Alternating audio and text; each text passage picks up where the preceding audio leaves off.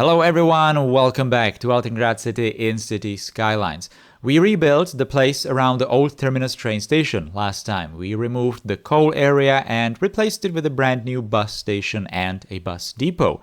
We also upgraded some railways throughout the city with the electric wires so we can finally have some new vehicles running around.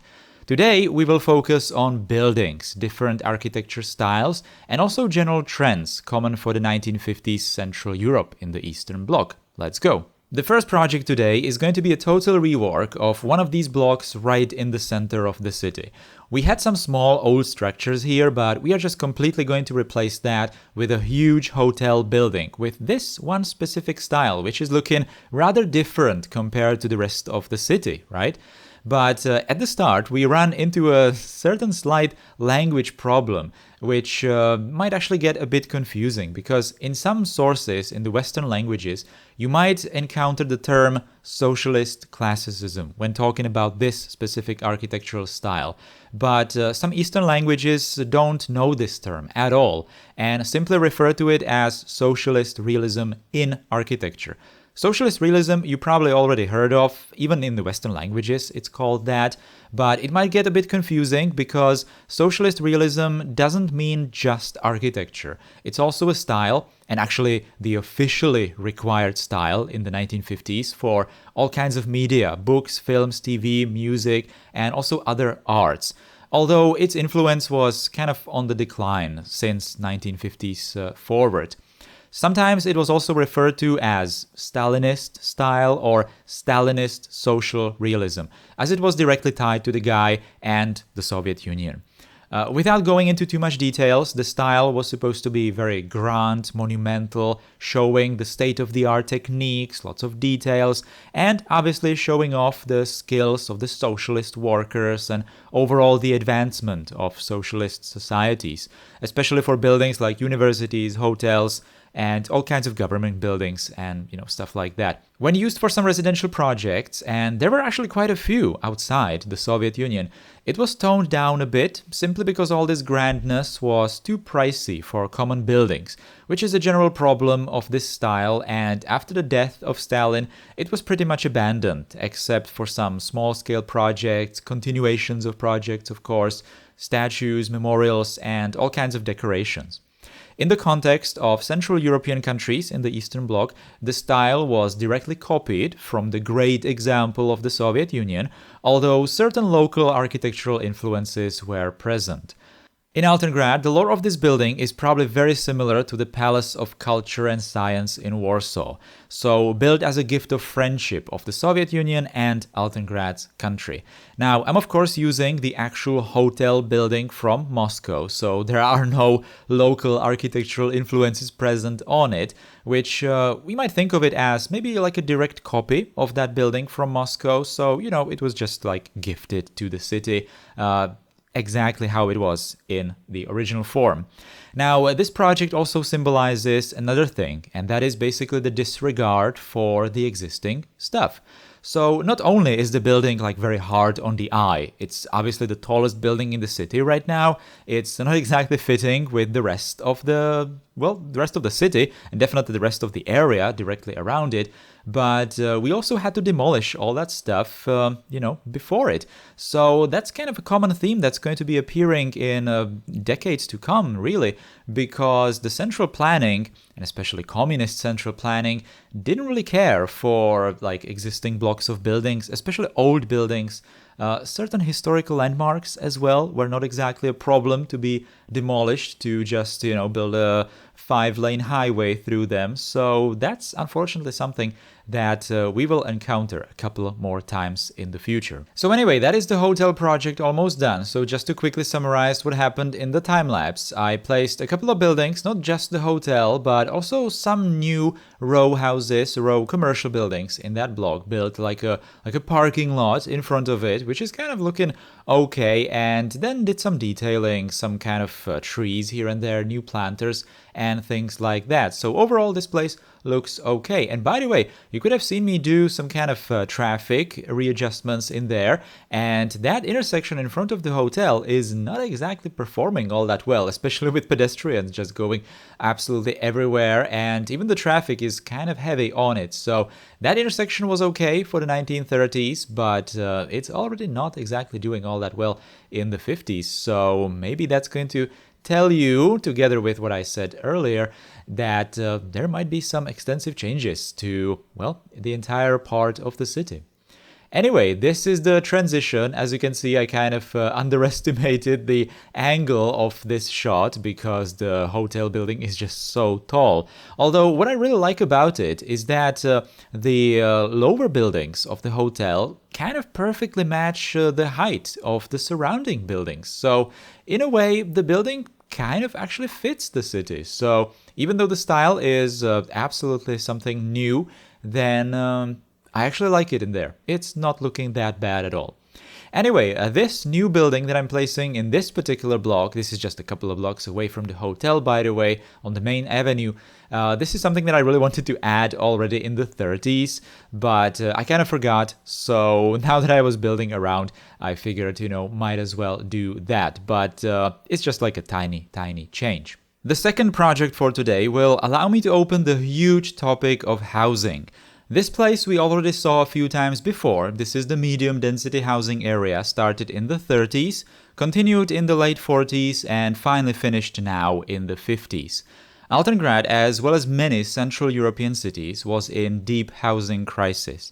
Even before the war, the population density in cities was high. Prague, for example, in 1930s to 1960s had twice the density compared to today. Then there was of course the war, which not only caused the destruction, but also a slowdown and eventual freeze in residential construction. Then after the war, the Eastern Bloc countries started massive investments into industry, which not only increased the rate at which people were moving into cities, but also took away funds from housing projects in the centrally planned economies. And also there was the baby boom after the war. The housing crisis needed to be solved, and traditional approach of construction would simply not be enough. In Altengrad, this project included only the standard brick technology, but also, in the eyes of the communist central planners, the buildings were too luxurious, the flats too large and detailed, materials too expensive, and the bricklaying was simply too slow and labor-intensive. No, this was a dead end. Something new needed to be used to solve the crisis, which leads us to open another huge topic, which is of course the prefabricated concrete panel technology and the large residential developments made of blocks of flats. Yes, it's finally here. In this episode, we will start with the history and we will build just the first few experimental buildings. I would like to only mention some introduction to this topic in this episode because it feels fitting, but we will talk about it a lot more in future episodes. For example, about the technology itself, some concepts, urban planning of new areas, my personal experience with these, and some general advantages and disadvantages. And of course, along the way, I would like to debunk certain common misconceptions that a lot of people might have. So here we are on the outskirts of the city where we are going to build just the first few experimental houses of the new generation. This means that in this place there was no motivation just yet to plan a completely new district with all kinds of infrastructure projects and services. It's just a normal residential block on the outskirts. If Altengrad saw some more extensive destruction during the war, then these buildings would most probably be used to fill the gaps closer to the city center, but we don't really have that too much, so we are in here instead. Anyway, let's briefly talk about the history of prefabricated panel technology. Prefabrication in general is an ancient concept. Building parts of the structure somewhere else, in a workshop with better tools, and transporting it to the construction site simply makes sense. So when modern concrete started to be widespread in the second half of the 19th century, it was just a natural evolution to experiment with prefabrication. At first, it was limited to only certain structural elements like beams, lintels, or ceiling panels, but when the technologies for manufacturing, lifting, and transporting bigger panels became available, most elements could have been made of prefabricated concrete. So throughout the first half of the 20th century, there were prefabricated houses built in many European countries, East, West, and also the United States, for example. The prefabricated panel technology is not specific to just the post-war Eastern Bloc, and it certainly isn't, as many people call it, some Soviet-style or Soviet-style housing or some socialist invention. What's also not true is that the common prefabs built in the Eastern Bloc were all adopted from the Soviet Union. Yes, initially, for example, Hungarians bought the technology from the Soviet Union, but even there they eventually developed their own. Of course, there were influences. Clearly, the engineers from the socialist countries shared experience, but they ultimately had to design buildings that would fit their local conditions. What I'm trying to do here in Altengrad is a custom building that would resemble a prototype prefabricated panel structure built in Czechoslovakia in the 1950s. Engineers already experimented with prefabrication during the war, first with some small-scale panels and elements, also with casting the panels near the construction site, but that proved to be inefficient, so prefabrication of large panels completely moved into factories. The first experimental structure was done in the Socialist Realism style, just like we talked about it in the beginning. So it had lots of decorative elements, the walls were not completely flat, but had a few extruded areas, prefabricated, partially fake pillars hiding the panel gaps, grand-looking entrances, French windows, and decorations on the roof edges. All of this eventually proved to be simply too expensive and complicated to do in a future production, so only the prototype building had it. Here in Altengrad, I'm slightly exaggerating the differences though.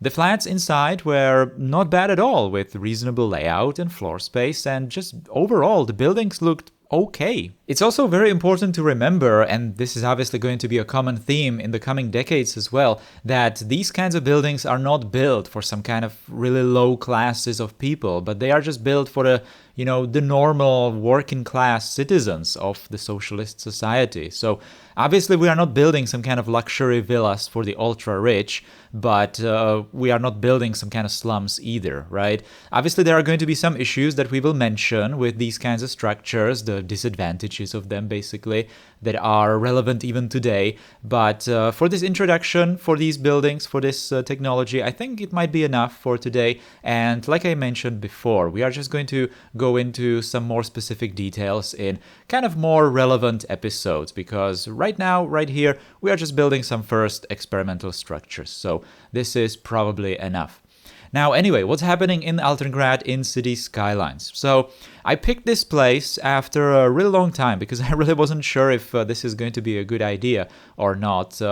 I suppose that, I think I was talking about this on the live stream, that I probably made a slight mistake when building Altengrad in the 30s, and that is, I built the city way too compact, so I didn't really leave any kind of gaps in the center or in the outskirts. So any kind of expansion that we will have to do will need to be something completely new, something that's probably going to be, there are probably going to be fields, like crops of fields, somewhere outside of the city where we will have to expand to. So that's slightly unrealistic, I suppose, because obviously cities of this era were not exactly this compact. There were kind of like main streets going away from the city, a couple of villages, which I indicated here and there around Altengrad, but, I explained it, that part of construction is just kind of boring in City Skylines, and I don't really want to waste much time doing it. So this is unfortunately creating this issue that, like I said, the expansion will have to happen on a green field in the open field. But, it is what it is.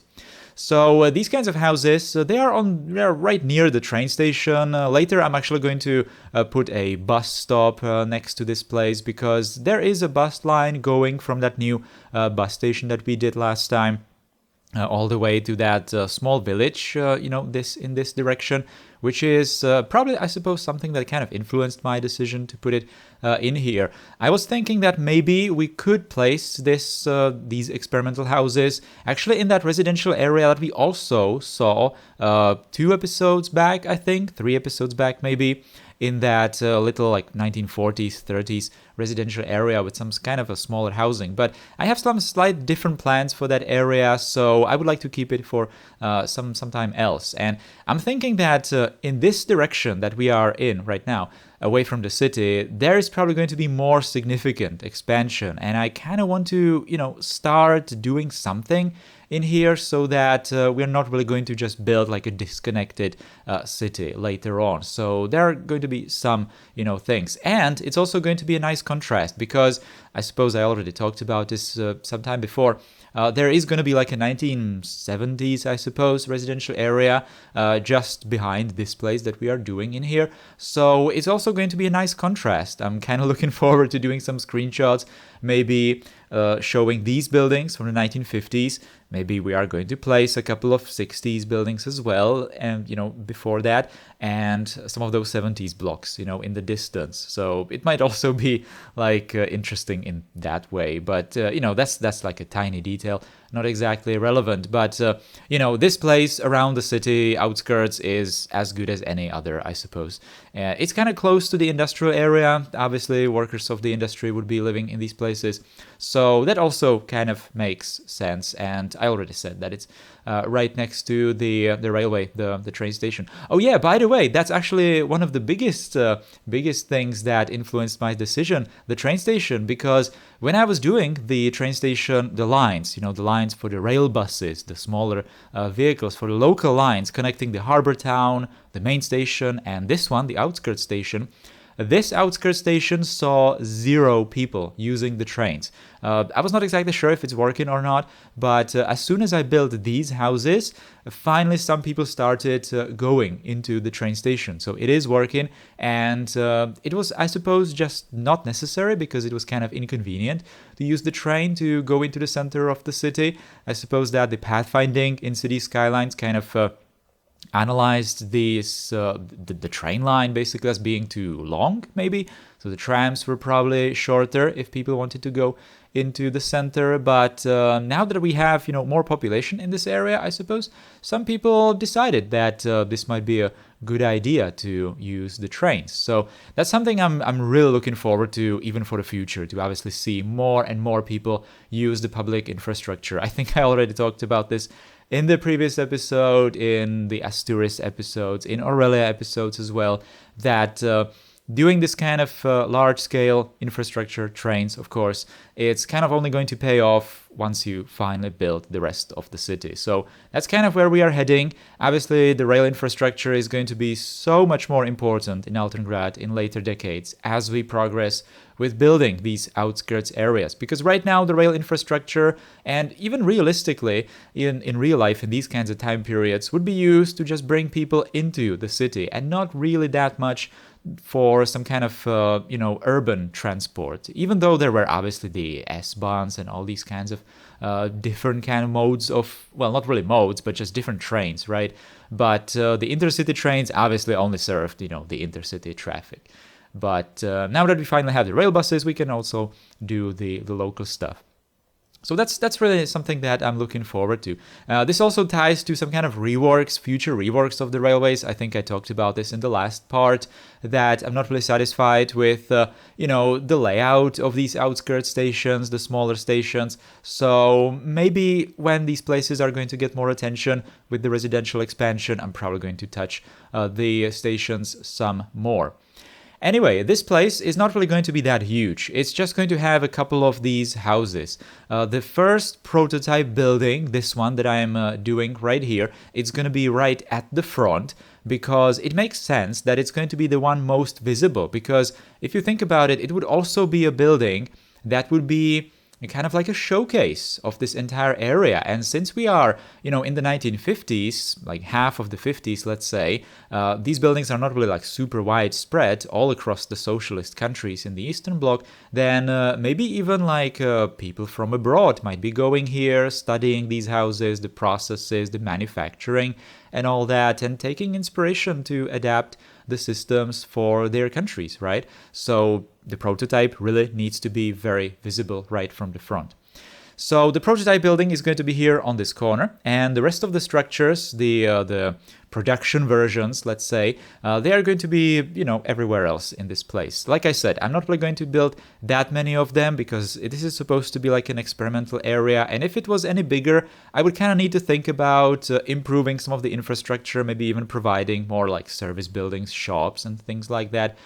Just like you probably already saw, there is that famous video on YouTube, the socialist or communist planning of these areas, how they were doing the micro blocks or whatever it's called in English.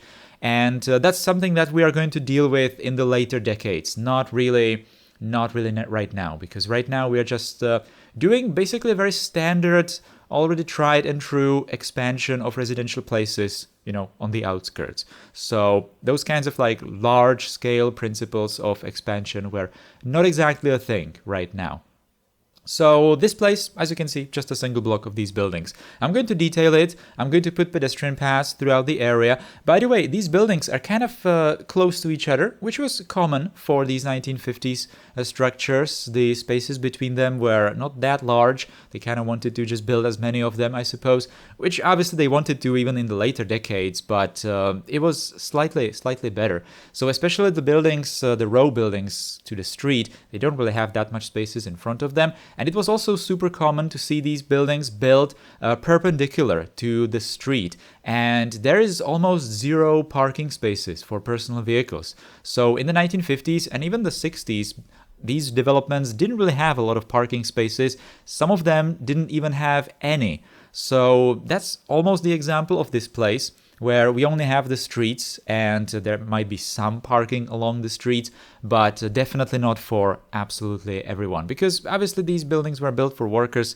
Back then workers didn't really have cars, right? So it is what it is, or it was what it was. It's obviously a huge problem today because, these places are kind of impossible to expand with parking spaces. So that's just, that's just how it is. Anyway, let's look at the cinematics. So we had that transition between before and after of that residential area, but let's return back to the center of the city and take a look at this building, the hotel building that we built in the beginning, because it's looking great. It actually eventually fits the place, I think. It's obviously going to form the skyline of the city, even going forward, because it's going to remain the tallest structure in the city for decades to come. I suppose that we are going to build something taller maybe in the 90s or even 2000s or something. So it's really going to be the monument of the city for a very, very long time. So this place, I already mentioned that it's not exactly performing well in terms of traffic, and you can see that really well right here. So the cars are just going all over the place, the people are walking all over the place, which is kind of something that I cannot solve because that's just the corner of that intersection, right, for the trams, because the tram tracks are overlapping the roads. It's kind of how I had to do it back in the day. I didn't really have node controller or any of those tools that I might use today for doing something better, but this is actually good that we have it because it's kind of illustrating the need for some changes to the infrastructure right in the core of the city. So that's going to wait for us until the 1960s for sure, but it's already indicating what kind of changes I might do there. Anyway, these are the finished residential areas, and yeah, they are just kind of small scale, but I really like them. I really like how they eventually turned out, and especially the difference between the prototype and the production versions is looking really good. Anyway, in the next episode of Altengrad, we are going to take a look at some infrastructure once again, and well, I'm not going to spoil anything, alright? So you will just have to wait.